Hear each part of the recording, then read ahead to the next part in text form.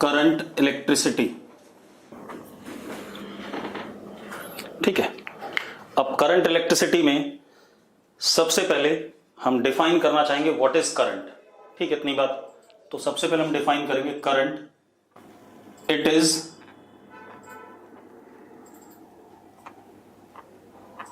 Rate of flow of charge across any cross section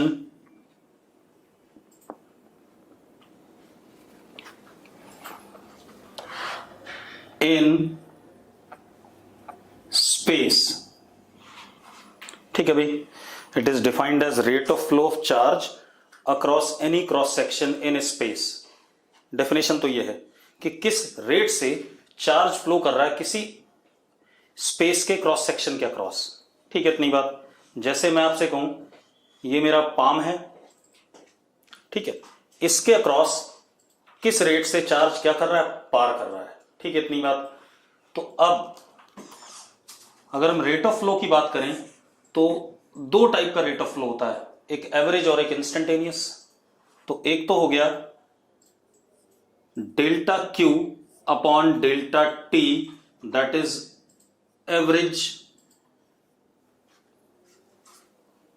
ठीक है, इतनी बात क्लियर है।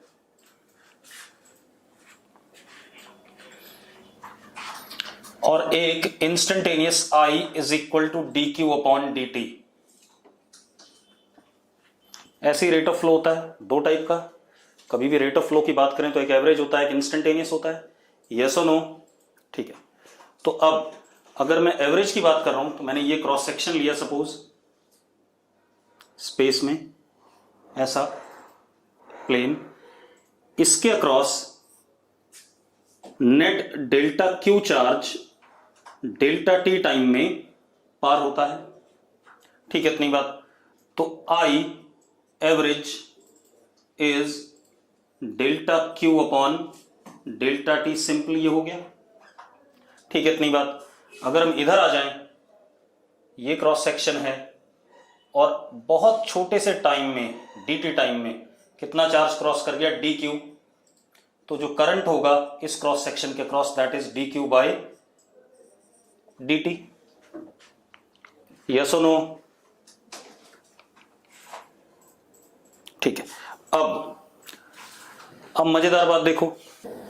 अगर हम ध्यान से देखें तो I is dq by dt, तो इसका यूनिट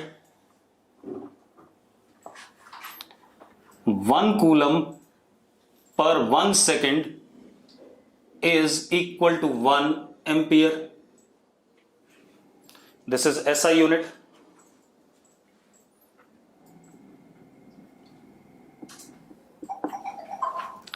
ठीक है, इतनी बात। अब दूसरी चीज, scalar quantity.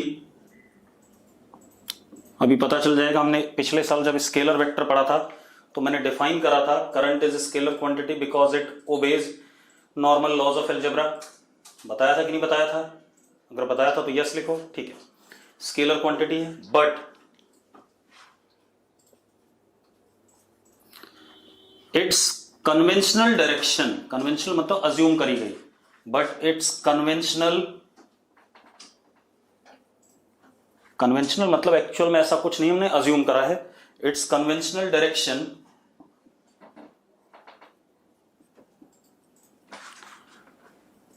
Across cross section is taken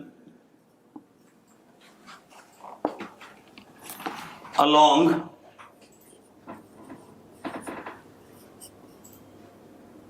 flow of positive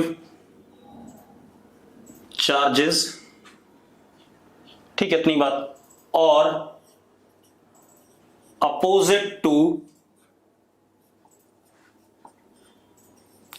flow of negative charges. ठीक है, इतनी बात क्लियर है? अरे क्लियर है या नहीं? ठीक है, अब जरा देखो, अब अगर हम दूसरी बात करें, मेरे पास ये एक क्रॉस सेक्शन है, सपोज +10 कूलम और -2 कूलम डेल्टा टी टाइम में इधर क्रॉस कर रहा है, तो करंट का डायरेक्शन, नेट चार्ज पॉजिटिव इधर ही है।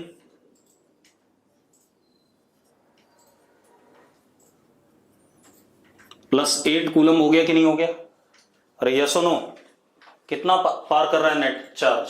अरे +8 कर रहा है कि नहीं कर रहा है? पहले बताओ मुझे, इस क्रॉस सेक्शन को पार नेट कितना चार्ज कर रहा है? +8 कर रहा है। तो करंट का डायरेक्शन इसी डायरेक्शन में हो जाएगा, इस तरफ, and that would be +8 upon delta T. Yes और नो? ठीक है, अब अगर हम यहां पर देखें, ये क्रॉस सेक्शन है +10 कूलम और इधर से -2 coulomb, in what time? Delta T. Yes और नो? ठीक है, अब एक बात बताओ, नेट कितना चार्ज इधर जा रहा है? पॉजिटिव वाला +12 जा रहा है। आदित्य सही कह रहा है, +12, क्योंकि बेटा 10 तो इधर से गया और -2 इधर निकल आया, तो यहां पर कितना अपीयर कर रहा है? 12 अपीयर कर रहा है कि नहीं कर रहा है? यस और नो? या हम अलग अलग ले लें, इसकी वजह से करंट इधर की तरफ I1 which is 10 upon delta T, positive charge के डायरेक्शन में, और इसकी वजह से इधर नेगेटिव चार्ज है, तो direction of current is that way, तो करंट इधर हो जाएगा क्योंकि नेगेटिव के अपोजिट होता है, 2 अपॉन डेल्टा टी, या +12 कूलम। तो I total is I1 plus I2, क्योंकि सेम डायरेक्शन है। कितना आ गया जरा बताना? 12 अपॉन डेल्टा टी। यस और नो? अदिति कह रही है हम पॉजिटिव ही क्यों लेते हैं? मैंने ये कब कहा बेटा पॉजिटिव लेते हैं? मैंने कहा नेट चार्ज देखना है और पॉजिटिव चार्ज की डायरेक्शन में करंट की डायरेक्शन होती है, ये कन्वेंशनली हमने माना है। ठीक है, अब आप देखो, if Q versus T graph across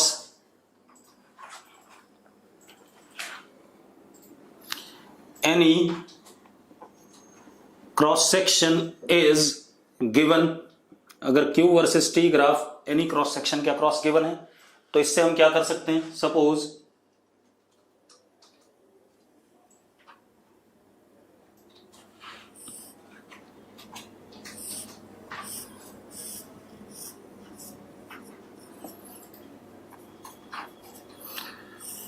this is graph, ऐसा कुछ दे दिया, तो हम इससे एवरेज करंट और इंस्टेंटेनियस करंट दोनों निकाल सकते हैं। Average current for the time interval निकालेंगे और इंस्टेंटेनियस किसी पर्टिकुलर टाइम के लिए निकालेंगे। पहले इंस्टेंटेनियस देख लेते हैं। सपोज मुझे करंट इस टाइम पे चाहिए, T0 पे, तो मुझे इंस्टेंटेनियस करंट चाहिए। I at T0 is defined as dq by dt, हाँ या ना? अब dq बाई dt के लिए मैं क्या करूंगा? यहां पर क्या बनाऊंगा? टेंजेंट बनाऊंगा। दिस एंगल इज थीटा, तो this is dq by dt is what? tan theta, that is m। तो slope of tangent to q versus t curve at given instant gives I, that is instantaneous current. yes or no? अगर yes है तो जल्दी से yes लिखो। दूसरी चीज देखो बेटा,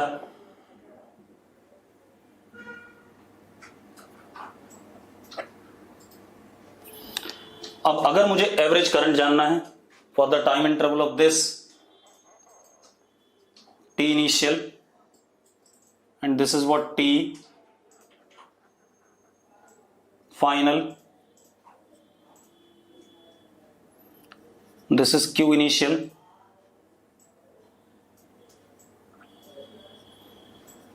दिस इज क्यू फाइनल। अब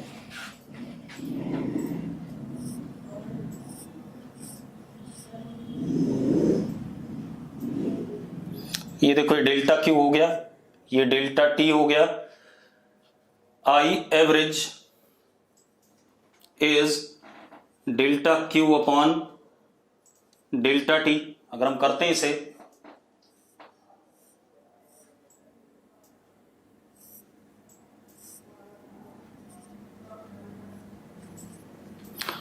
तो that is again what tan theta, that is m, slope of chord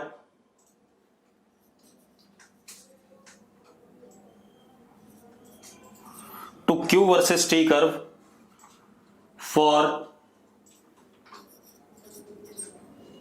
given interval of time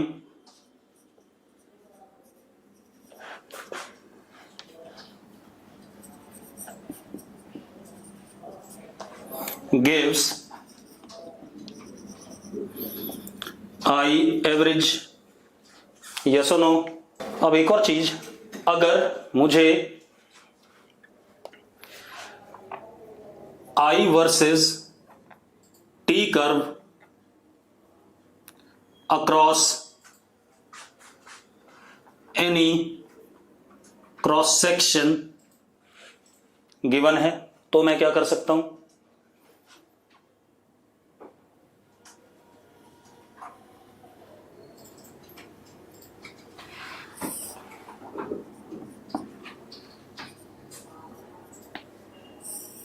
suppose ऐसा आप देखो dq upon dt is I, तो dq is equal to I dt। आप दोनों side integrate कर दो तो delta q is equal to integration I dt from ti to t initial. ये आ गया कि नहीं आ गया। तो डेल्टा के Q is what, net charge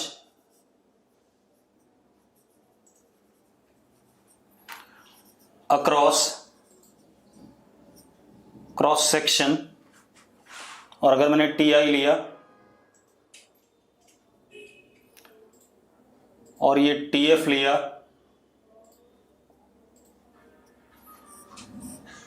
तो I D T integration is what, area under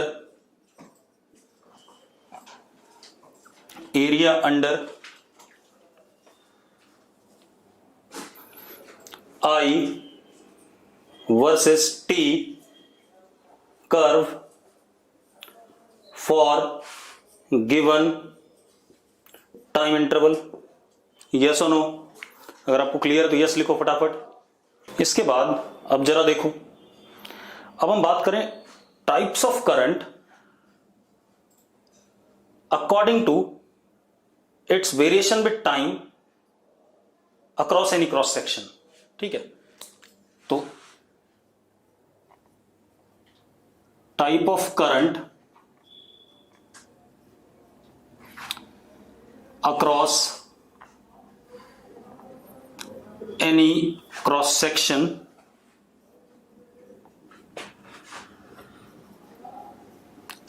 according to its variation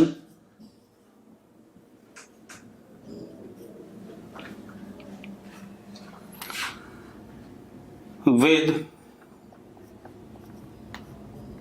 time। ठीक है, अब पहला टाइप हुआ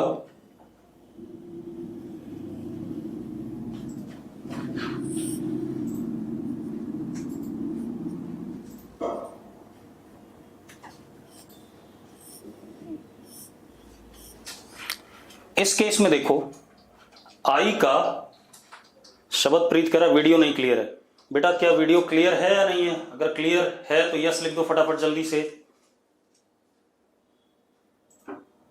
शबदप्रीत तेरे एंड पे कोई ना कोई दिक्कत है, यहां क्लियर है, ठीक है, सारे बच्चे लिख रहे हैं। चलो अब देखो, अब देखो इस वाले को देखो। इस केस में क्या है, हमारे पास जो करंट है उसका मैग्नीट्यूड कांस्टेंट है और डायरेक्शन भी फिक्स है। अगर पॉजिटिव हमेशा तो एक पर्टिकुलर डायरेक्शन से करंट क्रॉस सेक्शन को पार कर रहा है। तो ऐसा करंट जिसमें मैग्नीट्यूड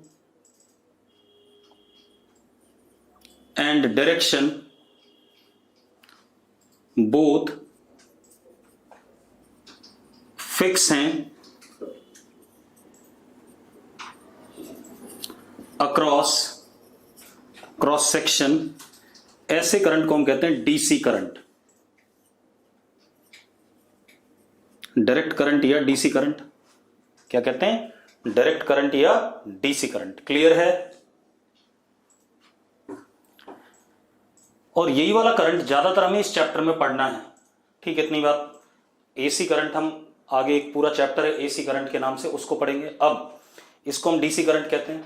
अरे क्लियर है? यस और नो? ठीक है। अब एक बात बताओ, किसी बच्चे ने कुछ लिखा था करंट का साइन। बेटा अगर करंट पॉजिटिव दिख रहा है तो क्रॉस सेक्शन के अक्रॉस एक पर्टिकुलर डायरेक्शन में होगा, ठीक है, और अगर नीचे हो जाएगा कहीं पर तो वो उल्टी डायरेक्शन में उसी क्रॉस सेक्शन को पार करेगा, ये मतलब है इसका। तो यहां तो डायरेक्शन हमेशा क्या है, एक ही पर्टिकुलर डायरेक्शन है, जो भी आपने माना हुआ है। मान लो ये क्रॉस सेक्शन है और ये करंट आई नॉट है, तो इधर की तरफ हमेशा करंट आई नॉट है इसके अक्रॉस, ये कह रहा हूं मैं, ठीक है। अब कोई दिक्कत है इसमें? चलो अब जरा देखो, क्लियर है तो यस लिखो फटाफट, ठीक है। अब मेरी बात सुनो, अब आप एक बात बताओ, इस आई वर्सेस टी ग्राफ का टाइम पीरियड कितना होगा? ये जो फंक्शन हमने बनाया हुआ है, ग्राफ बनाया हुआ है, इसका टाइम पीरियड कितना होगा? कोई बताना चाहेगा? नॉट डिफाइंड, इनफाइनाइट, बिल्कुल सही। इसका टाइम पीरियड क्या होगा बेटा? इनफाइनाइट होगा। और टाइम पीरियड इनफाइनाइट होगा तो फ्रीक्वेंसी इसकी क्या होगी? जीरो होगी। Frequency is 1 upon time period. Yes और नो? ठीक है। तो कहने का मतलब क्या हो गया, डीसी करंट की फ्रीक्वेंसी क्या होती है? जीरो होती है, क्योंकि ऑसिलेट कर ही नहीं रहा, करंट तो फिक्स है। और कोई चीज अगर फिक्स है, कांस्टेंट है, तो उसकी फ्रीक्वेंसी क्या होती है? जीरो होती है। तो frequency zero, time period infinite. अब दूसरा लेते हैं बेटा,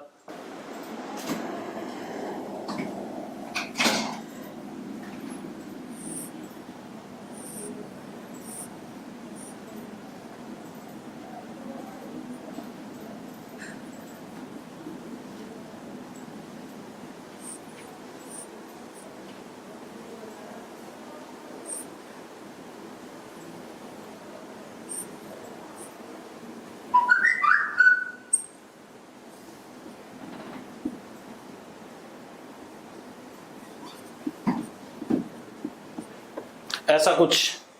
अब एक बात बताओ, यहां पर करंट पीरियोडिकली क्रॉस सेक्शन के अक्रॉस वेरी कर रहा है कि नहीं कर रहा है? ये वेरिंग करंट है बट पीरियोडिक भी है। अरे यस और नो जरा बताओ, ये करंट वेरिंग है एज वेल एज पीरियोडिक है।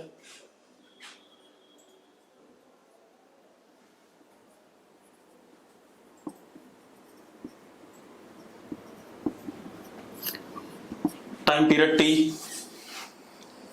फ्रीक्वेंसी 1 अपॉन टी, मतलब कांस्टेंट। हाँ या ना? अरे यस और नो? ठीक है। अब एक और देखो,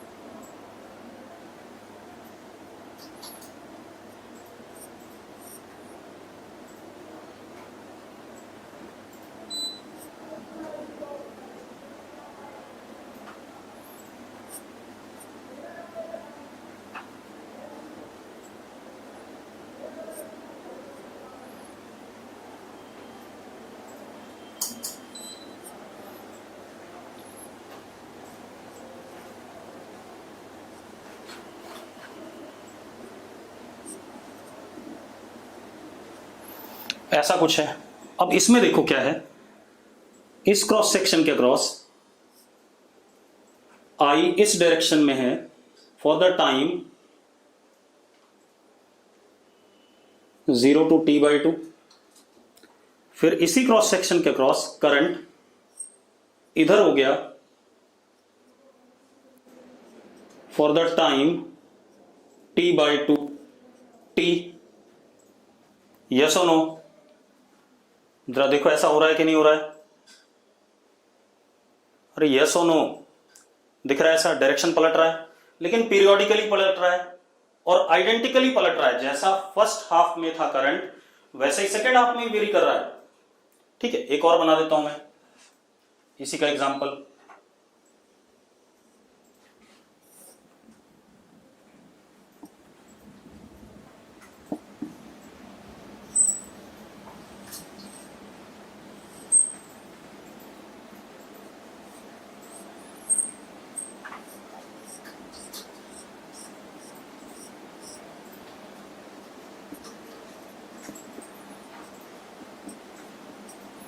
इसमें भी देखो सेम कहानी हो रही है कि नहीं हो रही है? अब इसमें क्या हो रहा है, करंट इज वेरिंग पीरियोडिकली, ठीक है, इतनी बात, and in particular time period first half और सेकेंड हाफ में direction of current is opposite and variation of current is identical. मैंने क्या क्या बोला बेटा, जरा बताना मुझे। मैंने क्या बोला कि इन दोनों एग्जाम्पल में करंट कैसा है, पीरियोडिकली वेरी कर रहा है। ठीक है, तो पीरियोडिक वेरिएशन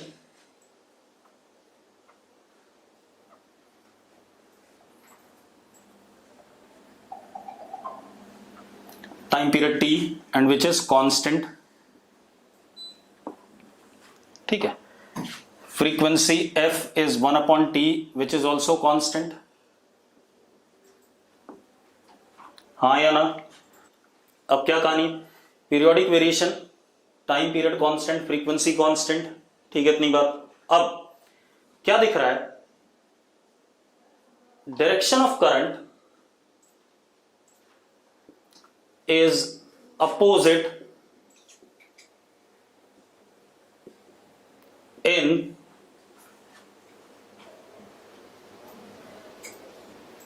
सक्सेसिव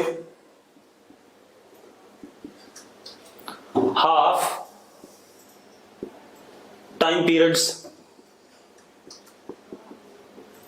ऐसे ही बोला है, हर सक्सेसिव हाफ टाइम पीरियड के बाद डायरेक्शन ऑफ करंट बदल रही है। दूसरी चीज क्या बेटा, एक तो ये हो गया, दूसरा क्या आ रहा है, variation of current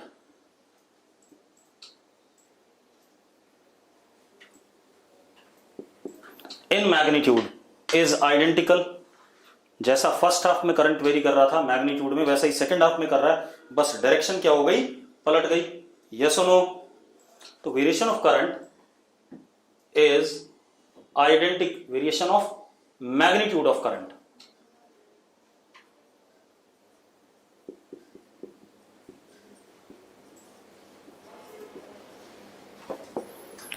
is identical in every half time period। ऐसे करंट को हम क्या कहते हैं, एसी करंट। क्या कहते हैं, एसी करंट कहते हैं। क्लियर है? अब अगली कहानी क्या हमारे पास, हालांकि ये सब कोई नहीं पूछेगा, सिर्फ मैं आपको बता रहा हूं, आपको इस चैप्टर में डीसी करंट पढ़ना है।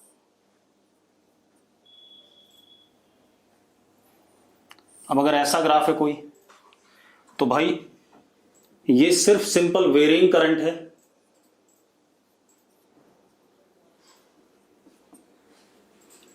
टाइम पीरियड इसका फिक्स नहीं है, तो varying.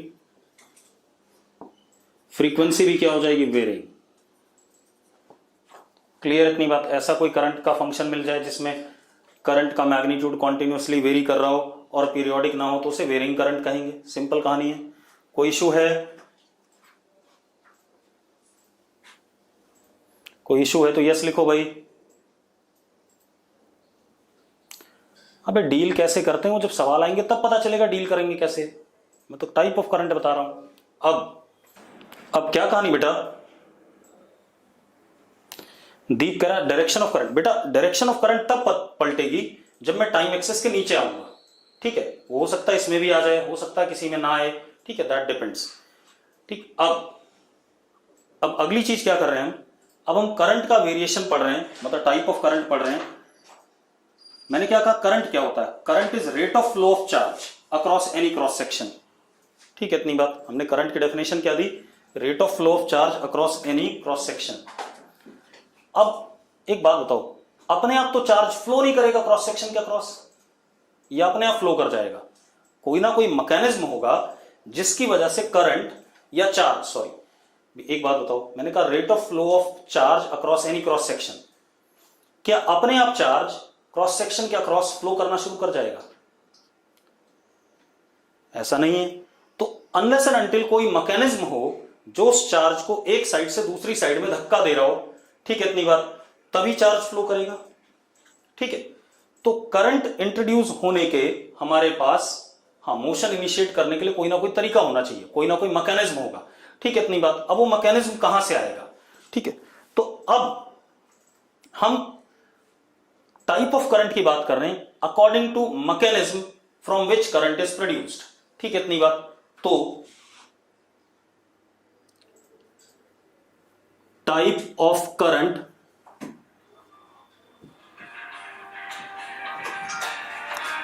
According to mechanism of flow of charge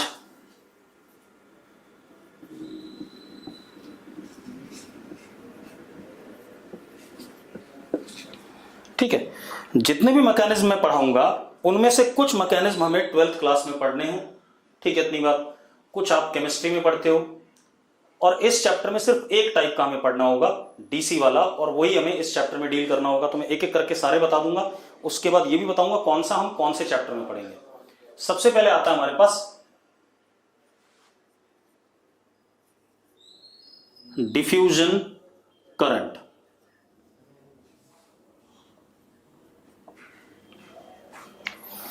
diffusion current, ठीक है, इतनी बात। ये वाला मैकेनिज्म हम पढ़ते हैं सेमीकंडक्टर चैप्टर में। कहां पर पढ़ते हैं? सेमीकंडक्टर में।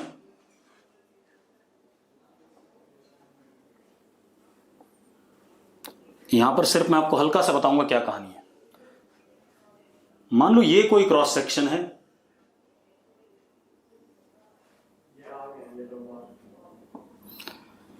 इस साइड खूब सारा पॉजिटिव चार्ज है और इस साइड न्यूट्रल है। ठीक है, इतनी बात। तो पॉजिटिव चार्ज रिपेल करने की वजह से इस साइड अपने आप भागना चाहेगा कि नहीं भागना चाहेगा? यस और no? That is flow of charge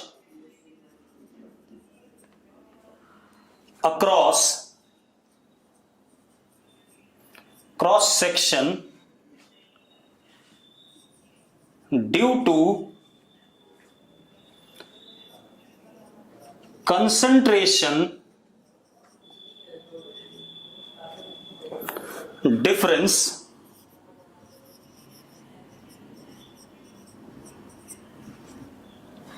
flow of charge across cross section due to concentration difference of charge on either side of cross section, इसको हम डिफ्यूजन करंट कहेंगे। यस और नो? समझ में आ गई बात? ऐसा आप केमिस्ट्री में खूब करते हो। दूसरा हम क्या करेंगे, करंट इन लिक्विड्स।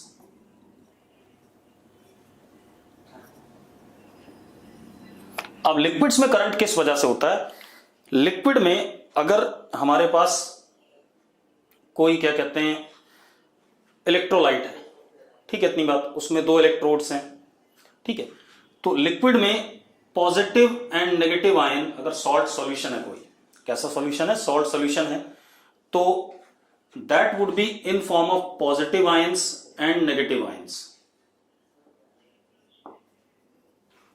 हाँ या ना? अरे यस और नो? अगर सॉल्ट सॉल्यूशन है तो पॉजिटिव और नेगेटिव आयन होंगे कि नहीं होंगे? ठीक है, कॉपर सल्फेट सॉल्यूशन ले लो, Cu+2 एंड SO4-2। अब होगा क्या अगर उस सॉल्यूशन में एक इलेक्ट्रोड ये है पॉजिटिव पोटेंशियल का और एक इलेक्ट्रोड ये है नेगेटिव पोटेंशियल का, तो पॉजिटिव आयन इधर जाएंगे और नेगेटिव आयन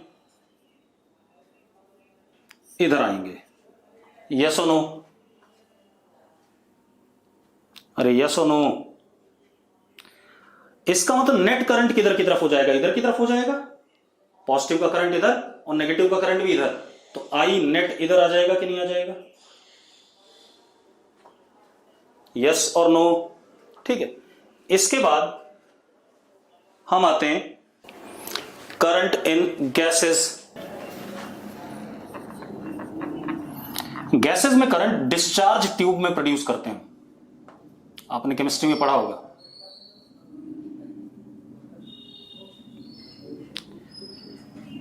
लो प्रेशर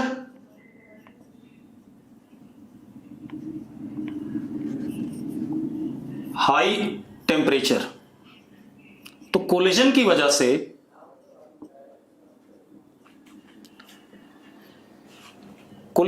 से gaseous atoms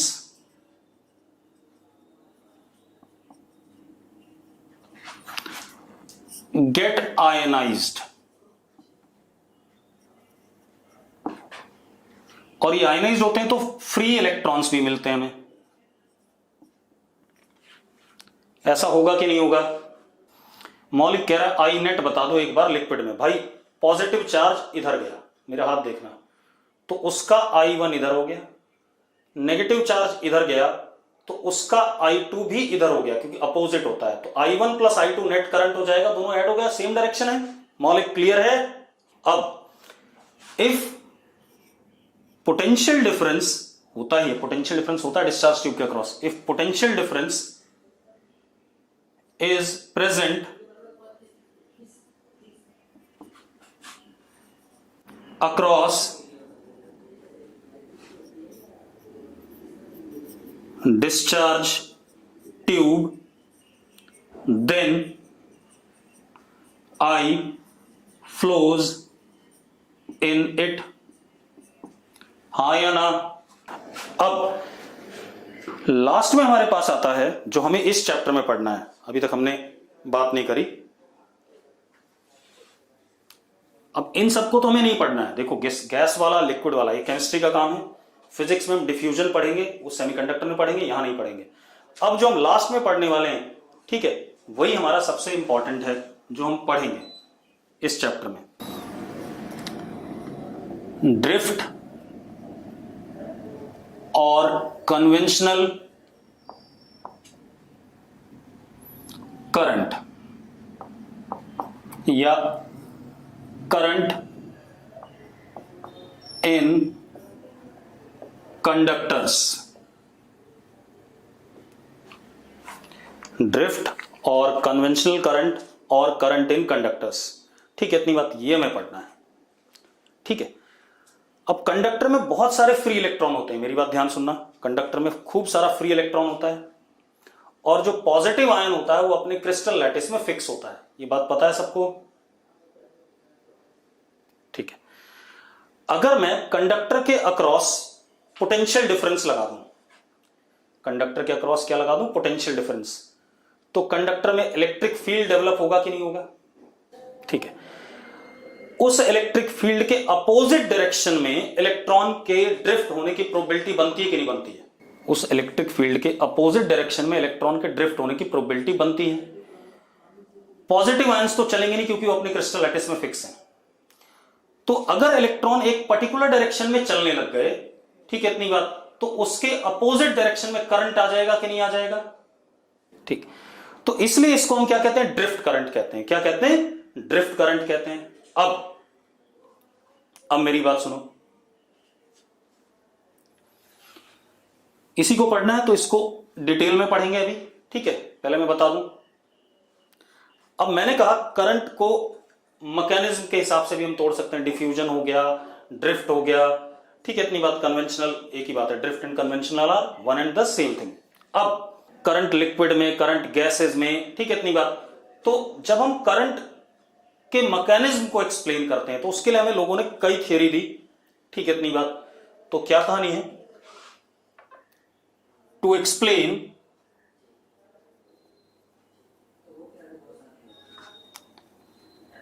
mechanism of flow of current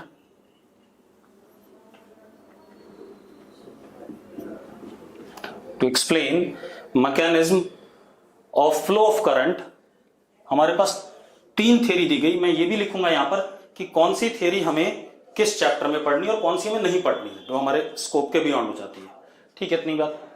पहली थ्योरी इलेक्ट्रॉन गैस मॉडल, इसी चैप्टर में पढ़ेंगे। To explain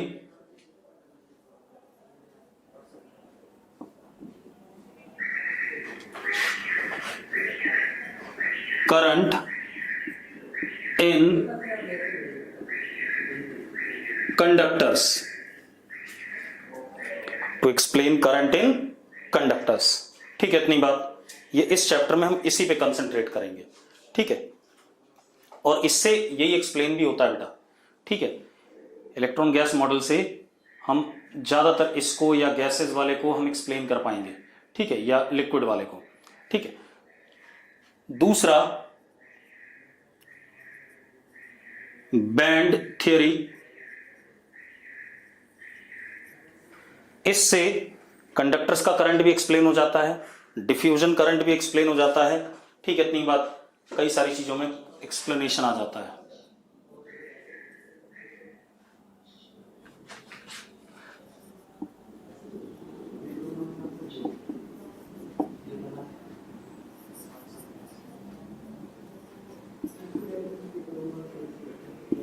to explain diffusion current.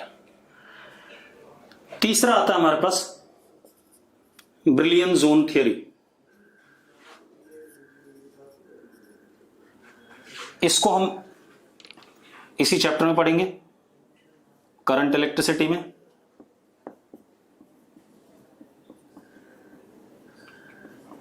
इसको हम सेमीकंडक्टर में पढ़ेंगे,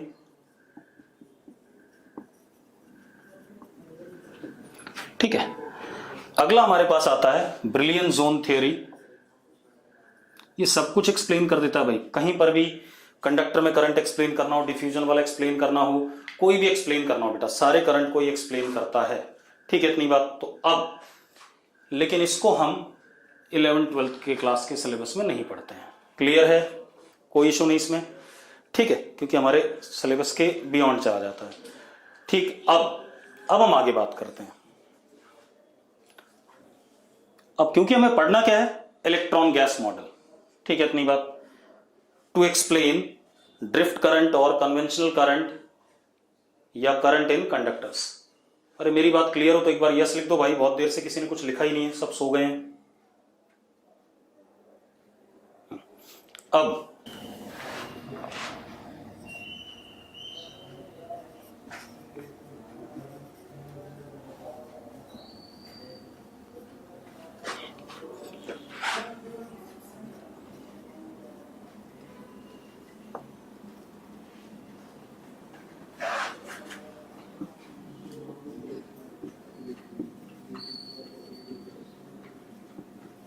to explain current in conductors, ठीक है भाई। अभी सही हो जाएगा मुस्कान, चिंता ना कर, हो सकता है ब्लर हो गया हो 2 मिनट के लिए।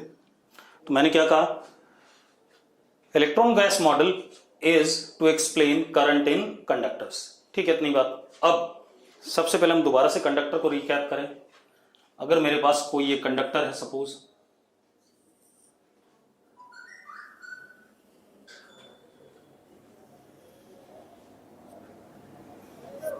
ठीक है, ये कोई कंडक्टर है,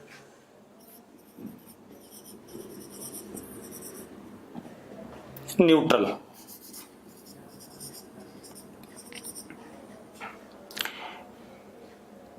रूम टेम्परेचर पे इसके हर एटम ने अपने वैलेंस शेल इलेक्ट्रॉन को लूज कर दिया होगा कि नहीं लूज कर दिया होगा, बताओ मुझे, यस और नो, जल्दी बताओ भाई। At room temperature valence shell electron of conducting atom is free.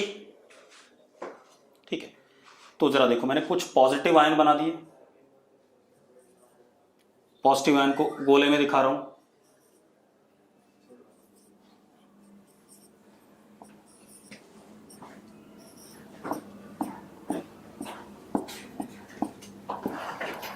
ठीक है, तो अब मजेदार बात देखो,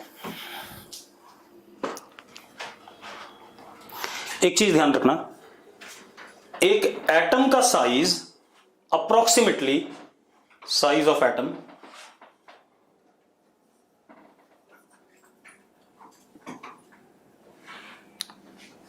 volume of atom is approximately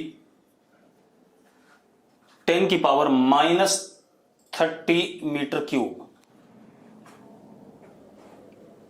हाँ या ना?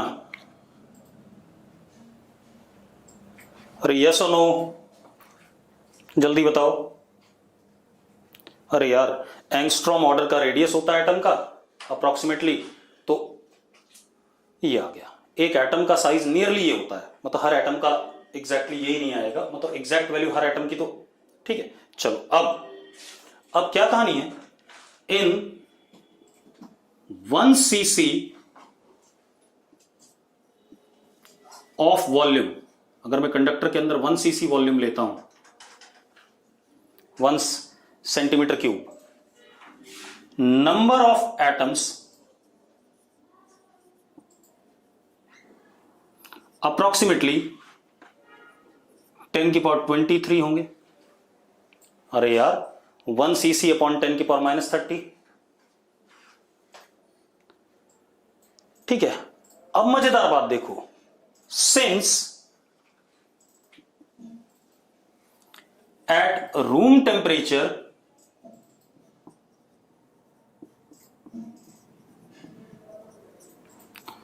एटम्स, conducting atoms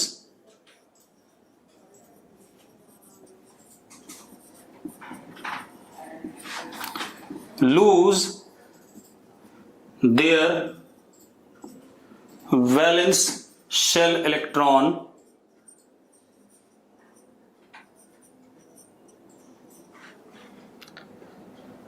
हर्षित विरमानी कह रहा है 10 की पावर माइनस और 10 की पावर 24 होगा। भाई ऐसा नहीं है, जरूरी नहीं है कि 10 की पावर 24 हो सकता है और हो नहीं भी सकता। ठीक है, मैंने अप्रोक्सीमेट कहे दोनों, ठीक है, परेशान ना हो।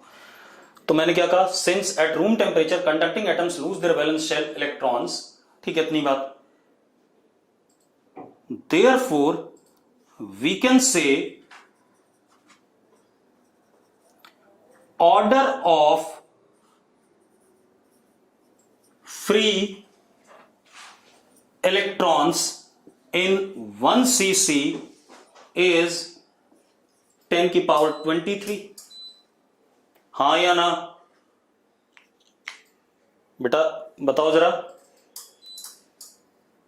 अगर एक एटम एक इलेक्ट्रॉन लूज करता है तो जितने नंबर ऑफ एटम्स थे उतने ही इलेक्ट्रॉनों के 2 लूज करता है तो ट्वाइस हो जाएगा उसका। ठीक है, अब हमारे पास क्या है, यहां से हम कंक्लूड करते हैं large number of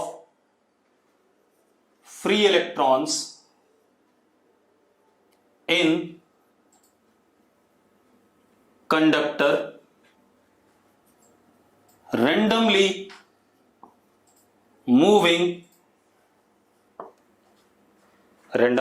moving inside, हाँ या ना, and पॉजिटिव आयंस फॉर्म्ड, जब एटम लूज कर दिया पॉजिटिव आयन बन गया, positive ions formed are fixed in their crystal lattice।